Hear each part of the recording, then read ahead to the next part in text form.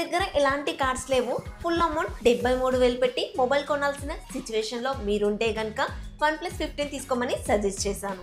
Hi hello friends, welcome back to our channel Priyanka tech news.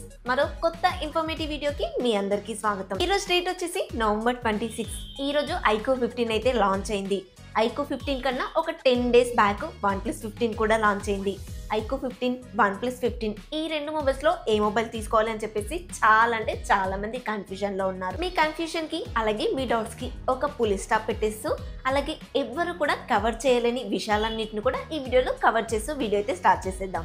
నేనైతే first ప్రైజే చెప్పాలనుకుంటున్నానబ్బా, ఎందుకంటే India జనాలని చాలా మోసం చేస్తున్నారు ప్రైజింగ్ విషయంలో. మరి ఇండియాలోనే ప్రైజెస్ ఎందుకు పెరుగుతున్నాయా అంటే ఏ ఫీచర్స్ 2026లో వస్తున్నాయి కదా, అందుకోసమే అంటారు. మనం 2026లో లేము, 2025లో ఉన్నాం కదా అంటే మాత్రం ఎవరు నోరిప్పట్లేదు.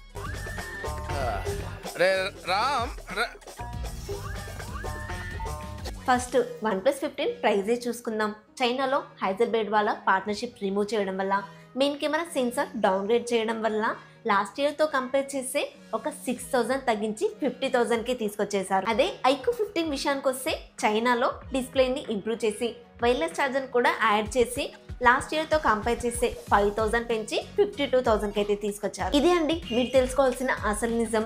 ఇవే స్పెక్స్ తోటి ఇండియాకి కూడా ఈ రెండు మొబైల్స్ అయితే వస్తున్నాయి. కాకపోతే చైనా ప్రైస్కి ఇండియా ప్రైస్కి 20,000 పైన అయితే ప్రైస్ వేరియేషన్ కనిపిస్తుంది. నాకు అర్థం కాని విషయం ఏంటంటే వీళ్ళిద్దరు కూడా exactly same price, selling price ఎలా పెట్టారు 73,000 అని చెప్పేసి. ఏమైనా సిండికేట్ అయ్యారంటారా? ప్రైజెస్ అయితే ఆల్రెడీ మీరు చూస్తూనే ఉన్నారు కదా. OnePlus అయితే ఓకేనండి, వాళ్ళు ఎప్పటి నుంచో ఫ్లాగ్షిప్ మొబైల్స్కి కాస్త ప్రైస్ ఎక్కువగానే పెడతారు. కాకపోతే iQOO ఇంత ఎక్కువ ప్రైస్ పెడుతుందని నేనైతే అస్సలు అనుకోలేదు.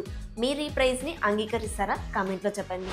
ఫస్ట్ డిస్ప్లే చూసుకున్నట్లయితే OnePlusలో 6.78 ఇంచెస్కి సంబంధించిన AMOLED డిస్ప్లే 1.5K రిజల్యూషన్తో వస్తుంది.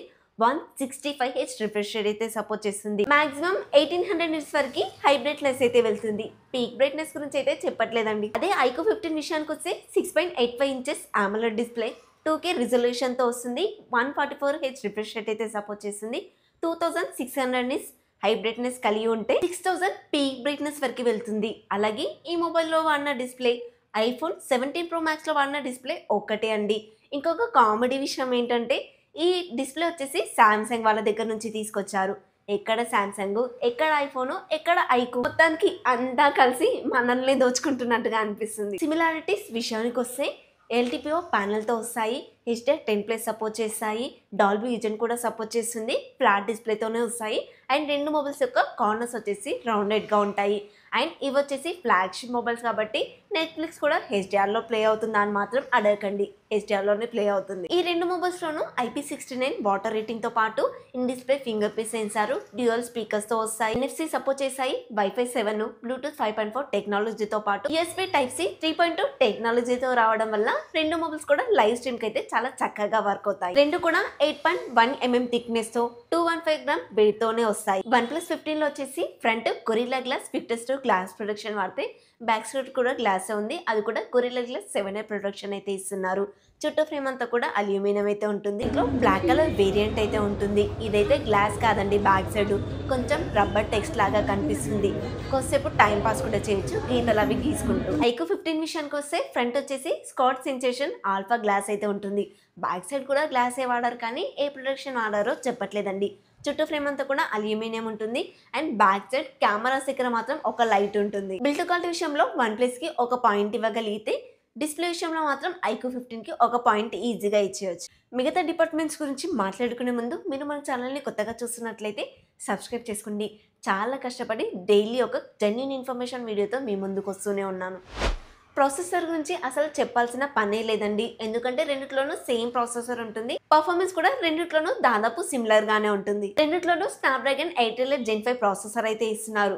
iQOOలో స్పెషల్గా గేమింగ్ కోసం Q3 చిప్ ఉంటుంది. Q3 చిప్ ఉండడం వల్ల గేమ్ రిజల్యూషన్ ఇంప్రూవ్ అవుతుంది. అలాగే BGMI గేమ్ 120 FPS ఉంటుంది కదా, దాన్ని 144 FPS వరకు కూడా పుష్ చేయగలుగుతుంది. ఈవెంట్లో దిగినా సరే FPS కాన్స్టెంట్గా ఉంచడానికి ట్రై చేస్తుందని చెప్తున్నారు. OnePlus 15 విషయానికి వస్తే దీంట్లో 2 చిప్లు ఉంటాయి గేమ్ ఇంప్రూవ్ చేయడం కోసం. ఒకటి వచ్చేసి G2 చిప్ అయితే మరొకటి వచ్చేసి టచ్ శాంపిల్ రేట్ని ఇంప్రూవ్ చేయడానికి ఉంటుంది. G2 చిప్ వచ్చేసి నెట్వర్క్ ఇష్యూస్ని, పింగ్ ఇష్యూస్ని కంట్రోల్ చేయడానికి ఉంటే, ఇక టచ్ శాంపిల్స్ చిప్ మీకు తెలిసిందే కదండి, టచ్ శాంపిల్ రెస్పాన్స్ని అయితే పెంచుతుంది. ఇక రెండిట్లోనూ LPDDR5 స్టామ్ టెక్నాలజీ, UFS 4.1 మెమరీ టెక్నాలజీతోనే వస్తాయి. ఆన్లైన్ 16తోనే వస్తాయి. OnePlus వచ్చేసి Oxygen OS 16తో వస్తాయి. ఐకో వచ్చేసి Arduino OS 6తో వస్తుంది. అప్డేట్స్ విషయానికి వస్తే ఐకో వచ్చేసి 5+7 years అప్డేట్స్ ఇస్తే, OnePlus వచ్చేసి 4+6 అప్డేట్స్ అయితే ఇస్తుంది. ఏ ఫీచర్స్ అంటారా, రెండిట్లోనూ కుప్పలుగా ఉన్నాయండి. మైండ్ స్పేస్ అనే ఏ ఫీచర్స్ తో OnePlus కాస్త ఎడ్జ్ లో ఉంటుంది. ప్రాసెసర్ విషయానికి వస్తే మాత్రం రెండు కూడా ఈక్వల్ అనే చెప్తాను, చెరొక పాయింట్ అయితే ఇస్తాను. ఏ ఫీచర్స్ విషయానికి వస్తే మాత్రం OnePlus కాస్త విన్నర్ అవుతుంది. గేమింగ్ కి Q3 చిప్ కూడా అడిషనల్ గా ఉంది కదా, ఇది బెటర్ అంటారేమో. ప్రైస్ కాస్త ఓవర్గా ఉంది కాబట్టి దీన్ని అయితే నేను కన్సిడర్ చేయట్లేదు. బ్యాటరీ విషయానికి వస్తే ఐక్యూలో 7000 mAh కెపాసిటీతో వస్తే 100W fast charger, 40W wireless charger కూడా సపోర్ట్ చేసింది.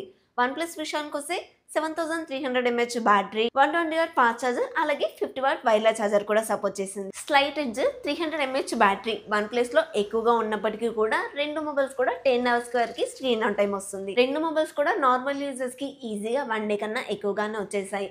ఛార్జింగ్ స్పీడ్ కూడా సేమ్ అండి. బ్యాటరీ ఫుల్ అవ్వడానికి 50 minutes to 1 hour వరకు టైం అయితే తీసుకుంటాయి. కొంచెం బ్యాటరీ ఎక్కువగా ఉంది, ఛార్జింగ్ స్పీడ్స్ కూడా ఎక్కువగా ఉన్నాయి కాబట్టి OnePlus కాస్త ఎడ్జ్ లో ఉంది. నేను దానికి ఒక పాయింట్ ఇచ్చేస్తున్నాను. కెమెరాస్ విషయానికి వస్తే రెండు మొబైల్స్ లోనూ సేమ్ నెంబర్స్ అయితే దింపేస్తున్నారు. బ్యాక్ సైడ్ 50+50+50, ఫ్రంట్ 32 MP అయితే ఇస్తున్నారు. ఐకులో వచ్చేసి main camera Sony IMX921 censor అయితే వాడుతున్నారు. OS కి సపోర్ట్ చేస్తుంది.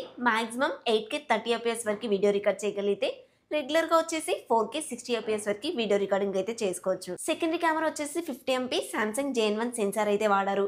ఇది పెద్ద సెన్సారే కాబట్టి డే అండ్ నైట్ లో కూడా బాగానే పర్ఫార్మెన్స్ చేస్తుంది. థర్డ్ కెమెరా వచ్చేసి 50 MP Sony IMX882 సెన్సార్ అయితే వాడుతున్నారు.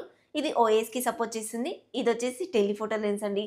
3x వరకు ఆప్టికల్ జూమ్ చేయగలిగితే 120x వరకు డిజిటల్ జూమ్ చేయగలుగుతుంది. ఫ్రంట్ తో కలిపి మొత్తం 4 కెమెరాస్ నుంచి కూడా మాక్సిమం 4K 60 fps వరకు వీడియో రికార్డింగ్ అయితే చేసుకోవచ్చు. ఈ కెమెరాస్ అన్ని కూడా వివో వాళ్ళ సపోర్ట్ తోనే తీసుకొస్తున్నారు కానీ జైస్ పార్ట్నర్షిప్ అయితే ఉండదు. కెమెరా క్వాలిటీ విషయానికి వస్తే మాత్రం ఫ్లాగ్షిప్ రేంజ్ లో లేదని అందరూ చెప్తున్న విషయమే అండి. అదే OnePlus 15 విషయానికి వస్తే మెయిన్ కెమెరా వచ్చేసి 50 MP Sony IMX906 సెన్సార్ అయితే వాడుతున్నారు. OS కి సపోర్ట్ చేస్తుంది.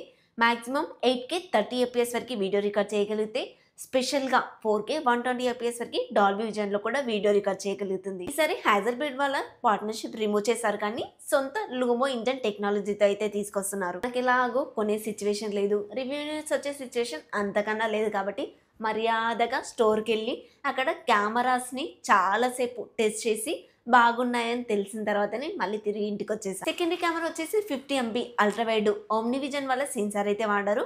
ఇది కాస్త పెద్ద సెన్సారే కాబట్టి డే అండ్ నైట్ లో కూడా బాగా పర్ఫార్మెన్స్ చేస్తుంది. థర్డ్ కెమెరా వచ్చేసి 50 MP టెలిఫోటో లెన్స్ సామ్సంగ్ వల్ల JN5 సెన్సార్ వాడారు.